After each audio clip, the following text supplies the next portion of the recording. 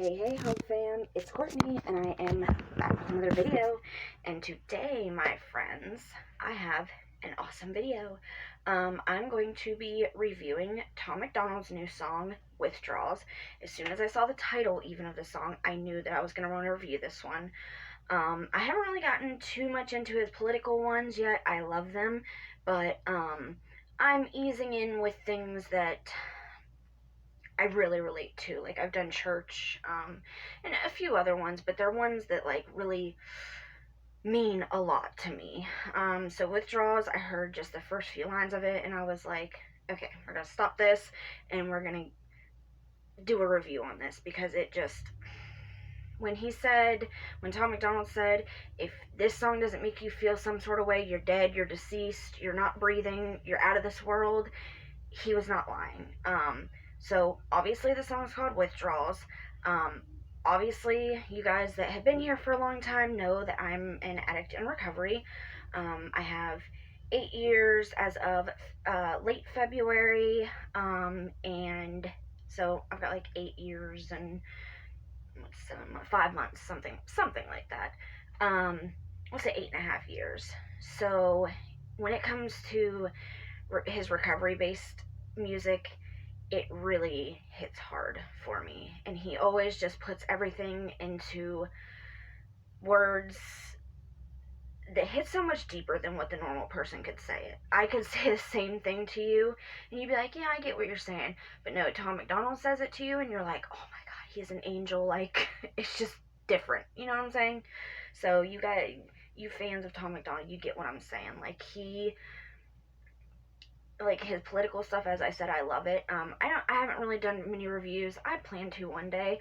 But like, just a lot of the ideas that he has, I'm like, man, I've been saying the same thing for such a long time, but he just says it so much better. He says it in ways that I never could. So, you know. Oh, and I wanted to show you guys this. Obviously, I have my snowflake shirt on today. But I wanted to show you guys this. I don't know if I've showed it on here yet, but I'm super excited. We're getting ready for our little Miss Nova Atlas to come into the world. So, of course, we had to get her official Hog Fam member onesie. So, unfortunately, on the Tom Macdonald website, the smallest size that they have in onesies is 6 to 12 months. But once the baby is born, we plan on doing a family photo shoot with all of our Hog merch. I think I'm going to wear my baseball tee, my 3/4 length baseball tee with the Hog Fam. My husband will probably wear his Angel shirt because that's his favorite one. I think for our 13-year-old's birthday, we're going to buy her the $100 hoodie on his site, as long as she can prove to us that she can take care of things by before school starts. If she can do that by the time school starts, we're going to buy it for her. And then my 6-year-old also has the Buttholes t-shirt, so we are all going to be decked out in Hog Fam merch. So, or Hangover Gang merch, whatever you want to call it. So anyways, let's get into this song. I'd love to get all the onesies for the baby before she gets here. And yes, her name is Nova. Nova Atlas marks at that. So yeah, we'll just get into this. Here soon I'll be having some more baby type videos for you guys that aren't here for the Tom Macdonald stuff. I've got a whole lot of cute stuff in the mail. I'm going to be putting the stuff from you guys, of course, to the side, because we will still be doing the online baby shower. Registry links in description, because I keep getting asked every time I mention it, so I'll put that in description. No obligation. But we will be doing the online baby shower probably at the end of August. So there's all that stuff. Now let's get into it. So, okay, get this on full screen. So I'm recording on my crappy camera because I wanted to play the video on my good phone. So sorry about the quality, but the doctor said to talk to him if I wanted to get off my meds, but I never called his office in or the bottle in the garbage can. I'm stuck in. Okay. Sorry guys, I'm already doing it, but I need to turn up the brightness because it's not very. Let's see, is that as loud? Okay, I was going to say. Okay, let's start this over. The doctor said to talk to him if I wanted to get off my meds, but I never called his office in or the bottle in the garbage can. I'm stuck in this apartment and I'm anxious like the cops are here. I tried to call like all my friends, none of them are answering. Is this the moment where I can't control it? Got no appetite, I guess the party's over. I can't sleep at night and I keep rolling over, cause my skin is itchy and the paranoia got me worried, sick, and it is so annoying. I've been throwing up, it looked like motor oil, but I chose to quit and now I can't avoid it. The right things to do are the hardest choices. Is this the moment? The right things to do are the hardest choices. Fuck. Like, that is so true. The easiest roads in life usually aren't the best. The easiest choices in life usually aren't the best. The best choices that you will ever make are usually going to be the hardest, longest, most work that you can put in. In recovery, I'm on the Hangover Gang page on Facebook, and I swear to God, I see you guys every single day talking about I'm 1 day sober, I'm 2 days sober, I'm 6 hours sober, I'm 10 minutes sober, and all I can say is just, it's gonna be hard, but it's so worth it in the end. It really is. Sorry guys, I just had to say that because that Mike pointed out that line, and it's deep, man. When I need a donor, liver failing from the liquor pouring, while the room is spinning, it ain't vodka soda. What is almost killing me is being sober. Talk about pitfalls, surrounded by brick walls. This is what kids call withdrawals. Deleted every number from my phone. Okay, sorry. So I just had to go back for a second. Being sober. Talk about pitfalls. He says, hardest choices. Is this the moment when I need a donor? Liver failing from the liquor pouring, while the room is spinning, it ain't vodka soda. What is almost killing me is being sober. Talk about pitfalls. what's almost killing me is being sober. Again, just deep, because I have never felt as horrible as I did. And people don't get it because they're like, oh, well, why don't addicts just quit? Why don't you just quit? And the fear of that sickness that you know is coming if you don't go get your medicine or your alcohol or whatever it is, just the fear alone of knowing how sick you're gonna be, it's terrifying because you know what's coming. Whenever I came off of Xanax, I had a seizure and slept for 3 days straight. Now, people came in and checked on me and made sure I was still breathing, but I could have not woken up. That happens. People have seizures and they don't wake up. I slept for 3 days. Alcohol and Xanax are the only two withdrawals that can kill you that I'm aware of. There might be more now, but for the longest time, it's only been Xanax and alcohol because it causes things like seizures and that kind of stuff. And it's serious shit, man. Literally getting clean can kill you just as easily with those two substances as a fucking overdose, you know? And it's like, what have I gotten myself into, seriously?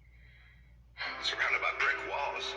This is what kids call withdrawals. Deleted every number from my phone. I'm staying home. Really wish that I was drunk with all my friends. I'm gonna bleed or I won't and overdose. Really wish that I was high with all my friends. Never cared for therapists. My arrogance embarrassing. It isn't fair to tear with this. Addiction placed my parents in. I'm scared repair will never fix the voluntary negligence, the wear and tear my errors did. They almost had to bury me. Is this the moment where I screw up and relapse? Waste all my money on rehab. Can't take a pill from the doctor to relax. Lash out in anger whenever I react. Feel like a weak man. I don't want to be that. Living every day to get a buzz on the weekend. I'm in the deep end, fighting with demons. Trying to stay clean. I just really need a reset. My bones are shaking in my hands and feet. I see my Man. Sorry. That part where he says, I just need a reason. God. when I met my husband, I was desperately looking for a reason to want to live. And I couldn't come up with anything. I had nothing. And every day I would wake up. Okay, y'all, I'm so sorry about that. I had to gather myself real quickly so I could talk to you guys without being emotional. Tom Macdonald songs just seem to do that to me sometimes. But where I was going with that was just like when I met my husband, I was there, man. I was just looking for a reason to live, and I couldn't come up with anything. I had just lost my mother. I had just lost a son. I just had ended an 8-year relationship and lost a sister at the same time. I'll leave that at that, and you can make your guesses. And I would wake up pissed off and disappointed that I was still here. And I would do a little more that night and go to sleep and hope that I didn't wake up, because I was mixing two very deadly things. I was mixing well, at first it was Oxy and Xanax, and then I graduated to heroin and Xanax, or fentanyl and Xanax, which fentanyl was not the same back then. It was actually like the gel stuff, so it wasn't as dangerous, but still pretty fucking dangerous. And I had no reason to want to live, and even to this day, my reason is my husband and my kids. I have always said that my kids are I'm not really a religious person, and in the STEPS programs, which never really worked for me, but if they work for you, that's awesome, that's amazing, and I'm glad for you. But for me, I've never really been religious, and I've always said that my kids are my higher power. They are that thing that I hold up here, because I know if I relapse or if I fuck up or anything, I know where that road leads, and it'll lead me back to not having a reason, and I cannot let that happen.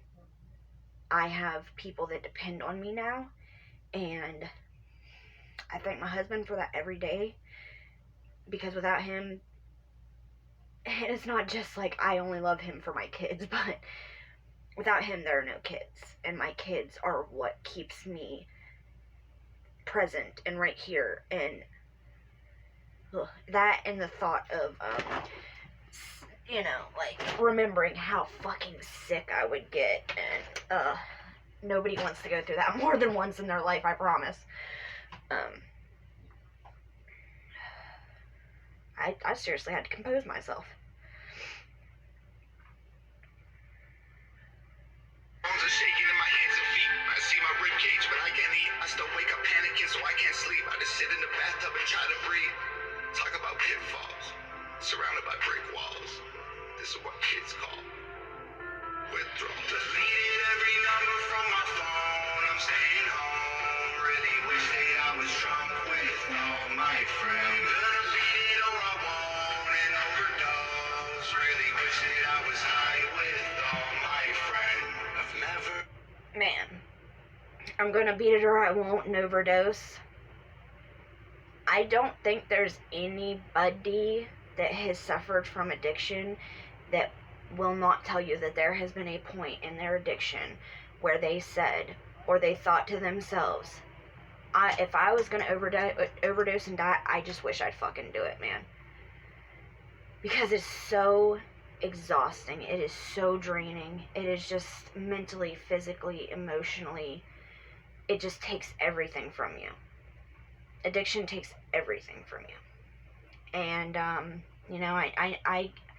I understand where people are coming from when they say, oh, well, you did it to yourself, blah, blah, blah. Okay, but think about it this way.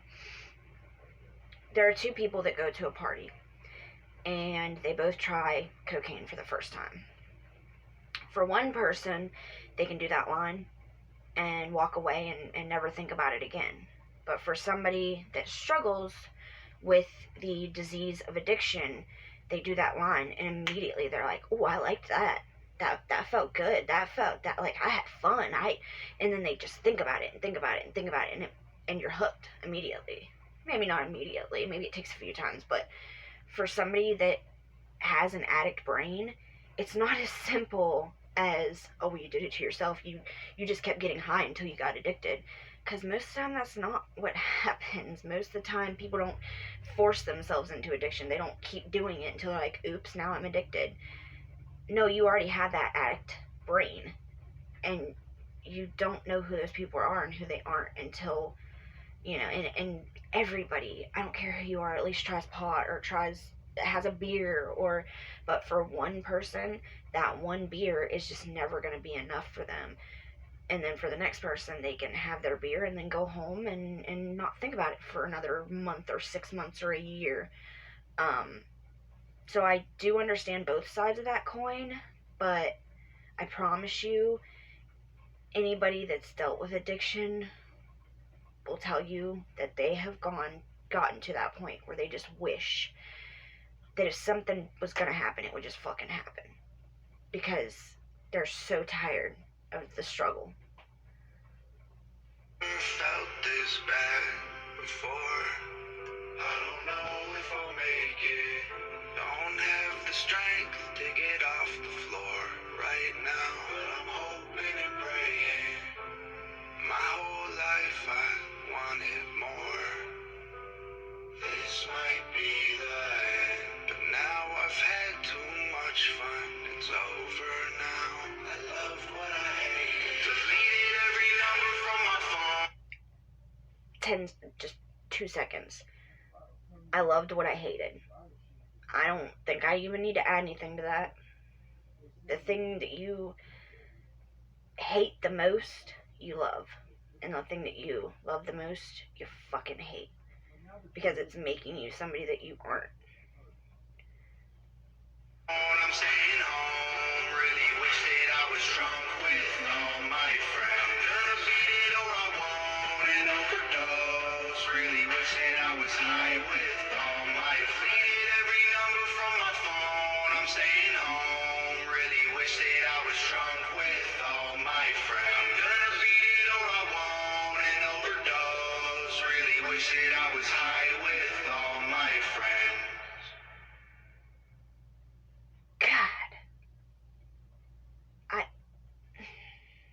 First off, go and give this video a like, a share, whatever you can do to promote this video. I think that it is one of my new favorite songs. Tom, sir, you have outdone yourself. This is one of my new favorites and will continue to be one of my favorites from here on out. And I said the same thing with, not Snowflakes, with his last song, Don't Look Down. He just can make you feel, even, I don't care if you've never suffered with addiction,